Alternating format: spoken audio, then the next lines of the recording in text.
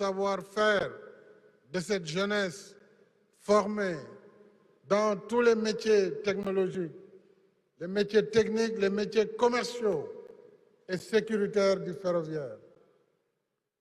C'est dire qu'en nous transportant de gare en halte, le TER nous fait voyager dans le temps, car il constitue un formidable saut technologique pour le Sénégal et pour l'Afrique. Il nous offre des conditions de voyage agréables. Il nous aide à mieux planifier nos déplacements, éviter les pertes de temps et les désagréments des embouteillages et mieux organiser notre vie quotidienne. Je voudrais aussi inviter les autorités de l'État, à commencer par les membres du gouvernement, à prendre souvent le TER quand ils viennent à Diamniadio. Parce que c'est un train qui est fait pour garer sa voiture et rentrer là-dedans, comme ça se fait dans tous les grands pays. Et moi-même, je prends l'engagement pour mes prochaines visites à Diamniadio, souvent, de prendre le TER pour montrer que c'est un outil moderne à la disposition de tous les Sénégalais et de toutes les Sénégalaises, quel que soit leur statut. Et le meilleur est à venir avec l'extension de la ligne jusqu'à l'aéroport Blaise Diagne et la commande additionnelle de 7 trains pour porter le total du parc à 22 trains. En outre, grâce à un système de transfert entre le TER et le BRT, il sera possible de voyager en passant de l'un à l'autre avec un seul ticket pour faciliter le transport sur toutes les destinations desservies par les deux réseaux. Autrement dit, quelqu'un qui vient de Guédiawaye pourra prendre le BRT et se connecter au TER pour venir vers Rufisque, Bargny ou Diamniadio. Mes chers compatriotes, le TER est un investissement lourd et complexe dans sa réalisation et son fonctionnement. C'est pourquoi j'engage fermement tous les services concernés à veiller rigoureusement à la sécurité, la sûreté et la maintenance des installations, des équipements et des trains. Je voudrais saluer et remercier les impactés du projet, les impactés du TER, pour leur esprit citoyen et des indemnités conformes aux standards en la matière ont été versés par l'État.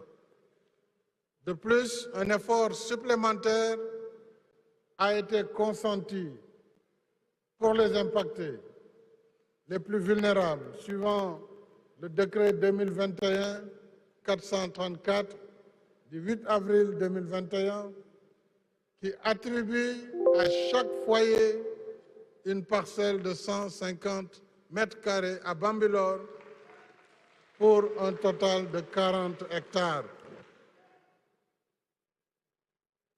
Je voudrais vous dire, chers impactés, que l'État restera à vos côtés jusqu'au règlement du dernier cas. J'y veillerai personnellement.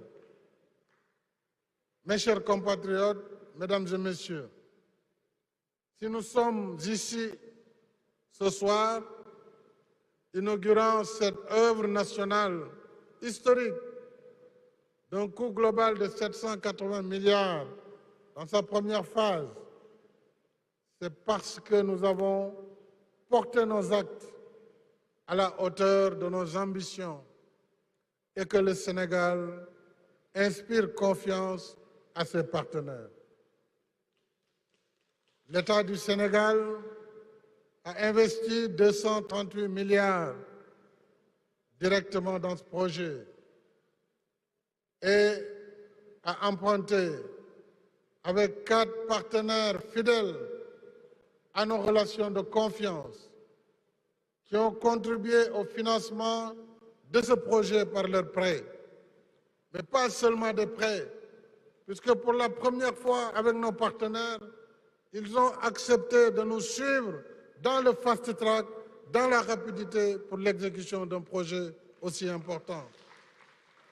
La France, à travers l'Agence française de développement, le Trésor français et la Banque publique d'investissement pour un total de 235,3 milliards de francs CFA.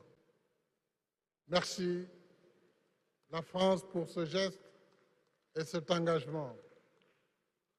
La Banque islamique de développement pour 195,6 milliards.